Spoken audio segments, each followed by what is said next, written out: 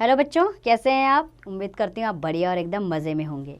बच्चों, हम पढ़ेंगे विराम चिन्ह।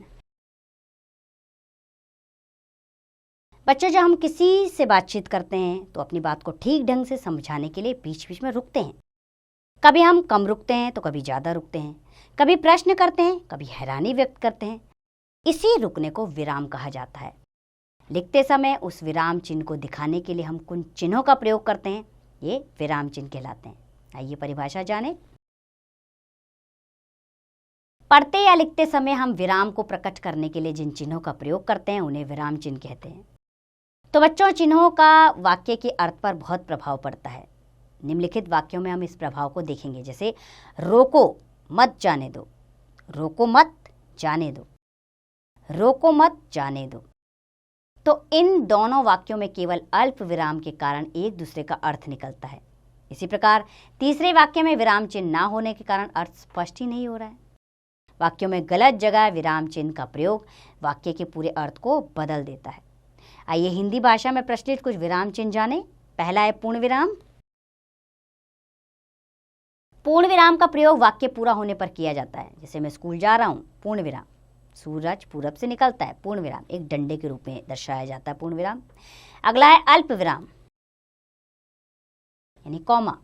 बोलते, पढ़ते और लिखते समय जहां हम थोड़ी देर के लिए रुकते हैं वह अल्प विराम का प्रयोग होता है।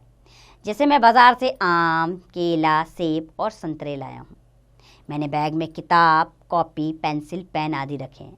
कॉपी, कापी, पेंसिल, इनके बीच में अल्प विराम का प्रयोग किया गया है। तीसरा है प्रश्नवाचक चिन्ह।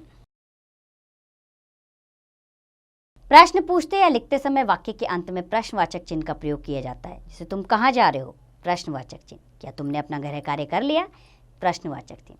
और चौथा है विस्मयादिबोधक चिन्ह। विस्मयादिबोधक चिन्ह एक डंडा और उसके नीचे बिंदु के रूप में दर्शाया जाता है।